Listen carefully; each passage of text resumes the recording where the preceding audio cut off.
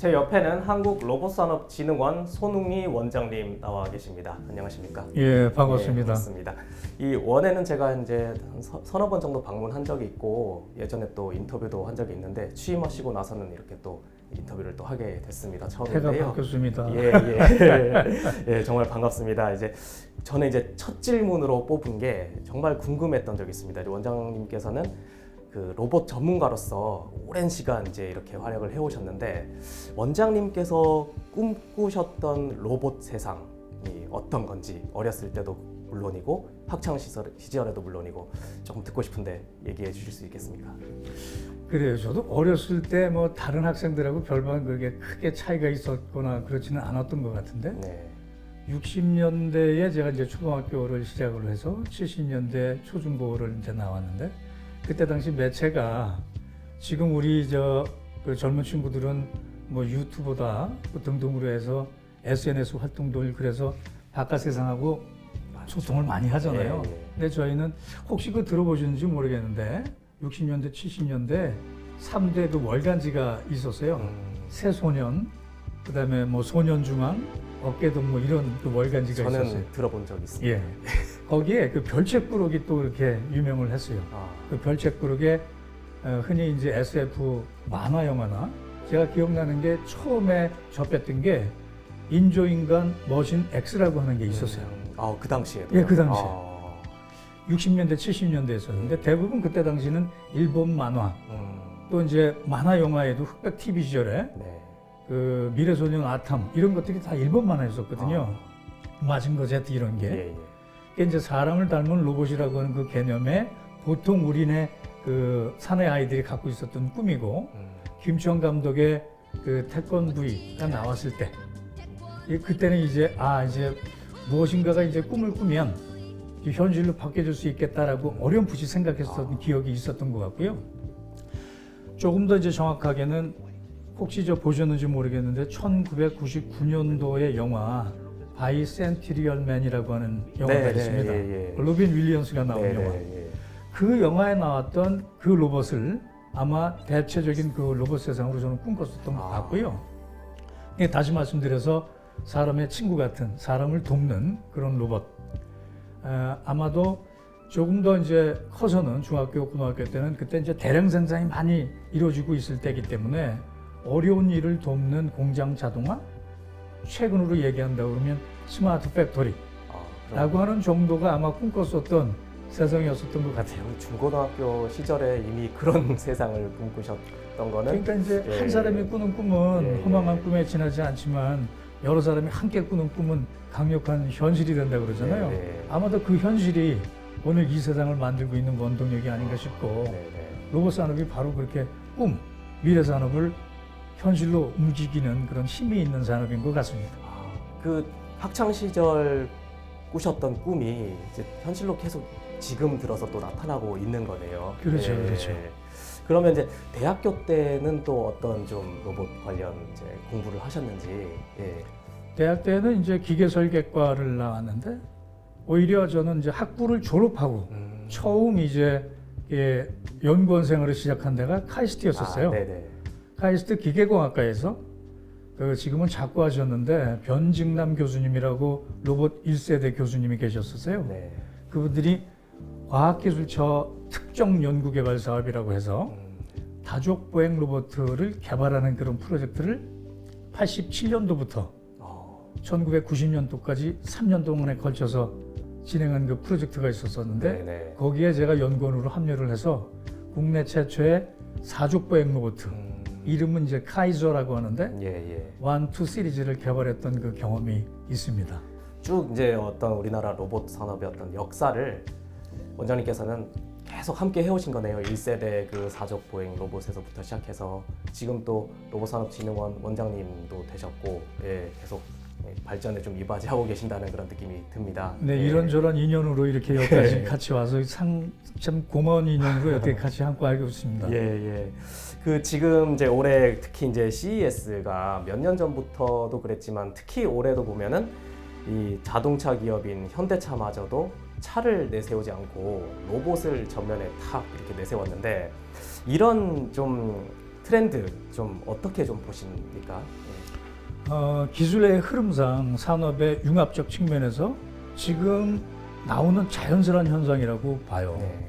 그러니까 처음에는 이제 로봇을 만들고 기계 베이스의 산업에서 전기 전자가 붙으면서 오히려 삼성전자나 LG전자에서 오히려 할 만한 그런 사업이다라고 해서 지금 뛰어들고 있는 것이고요. 네. 일단 자율주행 로봇이나 자율주행 차하고 기술적 내용이 같거든요. 그래서 기술적 크로스오버가 생기기 시작하는데 네. 주력 사업에서 이제 뜨고 있는 미래 산업이 주력 사업 밑에 같이 맞물려서 큰 사업을 영위하고 있기 때문에 그 수단으로 역시 로봇이 들어가 있습니다. 네. 네. 또 한 가지는 KT나 SK 같은 통신 회사들도 이제 뛰어들고 있는데 그것은 기술적으로 자율주행이라고 하는 그런 로봇 기술이 움직이면서 더 많은 기기들과의 소통 그리고 로봇과 로봇의 그 데이터 주고받은 정보 처리 때문에 통신 회사가 이제 여기에 붙을 수밖에 없는 것이거든요. 중요한 역할을 하겠네요. 그러면 그래서 시작해서 요약을 한다 그러면 단순한 기계 베이스에서 로봇에서 전자가 붙고 그 위에 모빌리티라고 하는 자동차의 어떤 그 주행 기술이 붙고 네. 그리고 여기에 이제 통신 기술이 붙어서 전체 그 산업의 파이를 키우는 지금 당연한 그런 그 수준에 와 있다 이렇게 생각이 됩니다. 네.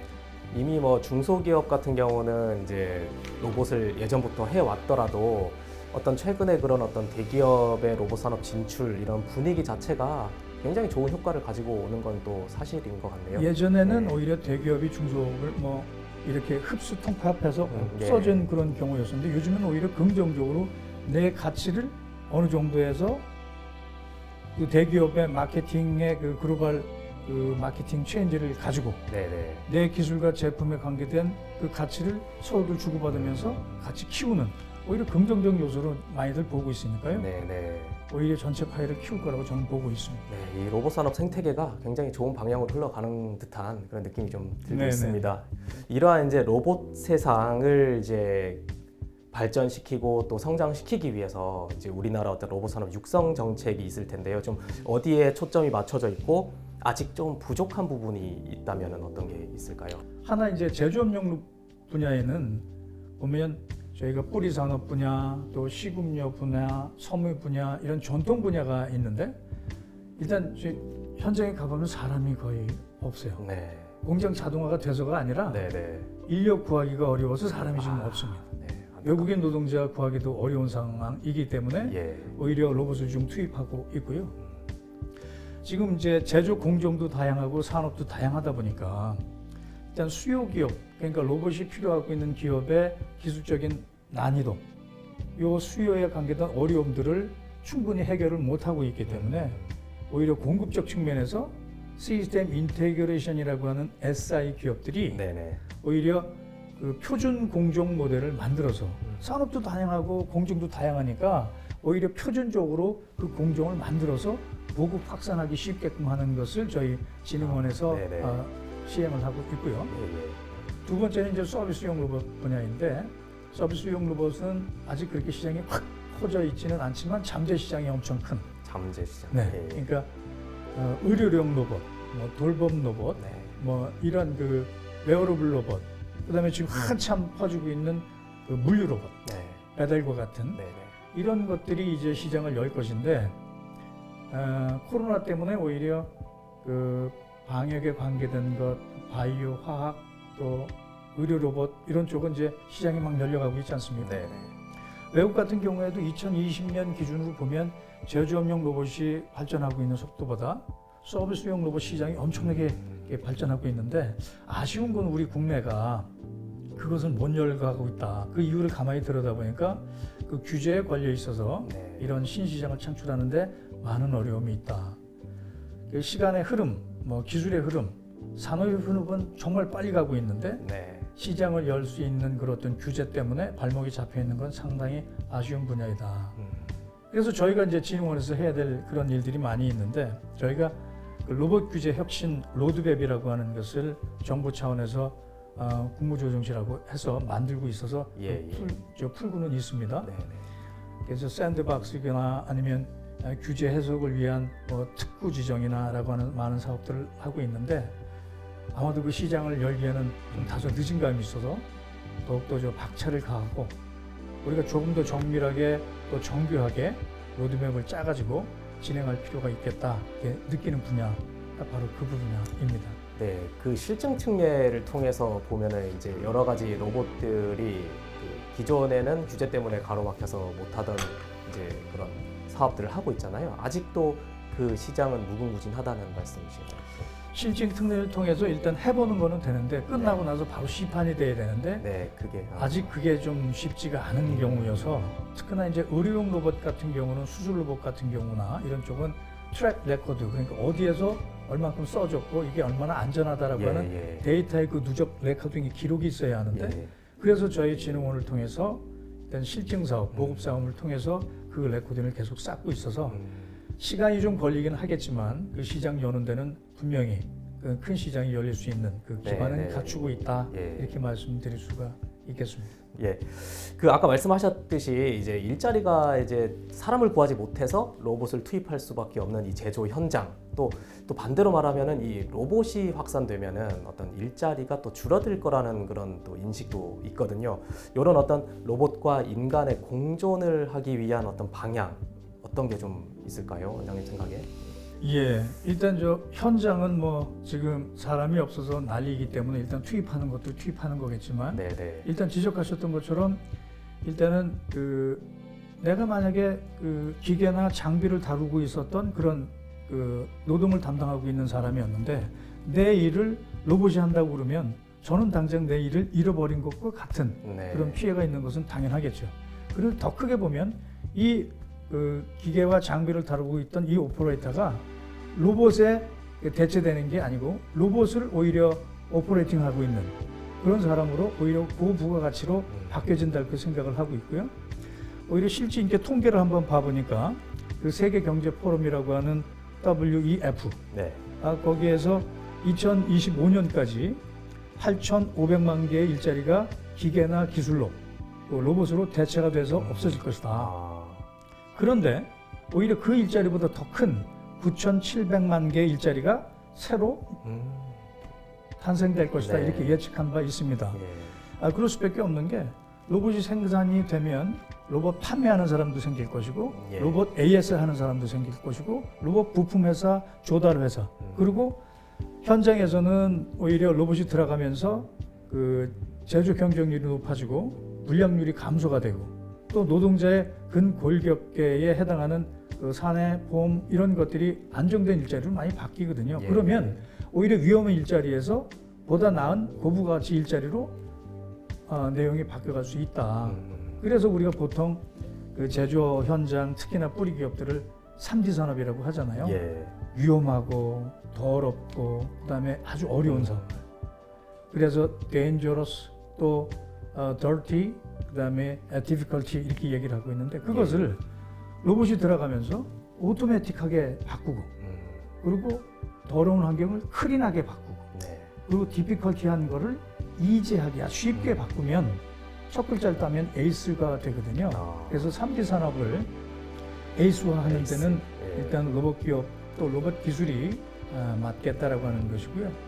하나 부언해서 말씀을 드리면 공장 자동화도 좋고 스마트 팩토리도 그렇고 사람 줄이기 위한 것이 아니라 사람을 대체하기 위한 것이 아니라 생산성을 향상시키면서 오히려 더 부가가치를 창출하는 그 기업 때문에 더 많은 일자리가 창출되도록 하고 그 어려운 환경에서 그 쉽고 더 나은 고부가치의 일자리로 바꿔주는 것. 그렇기 때문에 두 가지. 오히려 그분들이 더 나은 일자리를 창출할 수 있도록 직원에 대한 재교육 그리고 재배치 이것이 가능하도록 하는 사회적인 제도 이런 것들이 함께 가야 저희들이 꿈꾸고 있는 정말 어려운데 로봇이 들어가면서 전체 일자리는 오히려 커지는 그런 내용으로 가지 않을까 이렇게 생각이 됩니다. 원장님 말씀 들어보니까 이제 로봇이라는 단어는 참 우리에게 친숙한 이제 단어인데 좀 앞으로도 로봇이 더 가까이 다가올 듯한 그런 느낌이 들고요. 이제 또 우리나라 로봇 산업 경쟁력 나아가 이제 해외 시장 진출까지 또 더 발전함에 있어서 많이 힘써 주시기를 부탁드리겠습니다. 더욱더 노력하겠습니다. 오늘 좋은 말씀 들려주셔서 감사합니다. 고맙습니다. 고맙습니다. 감사합니다.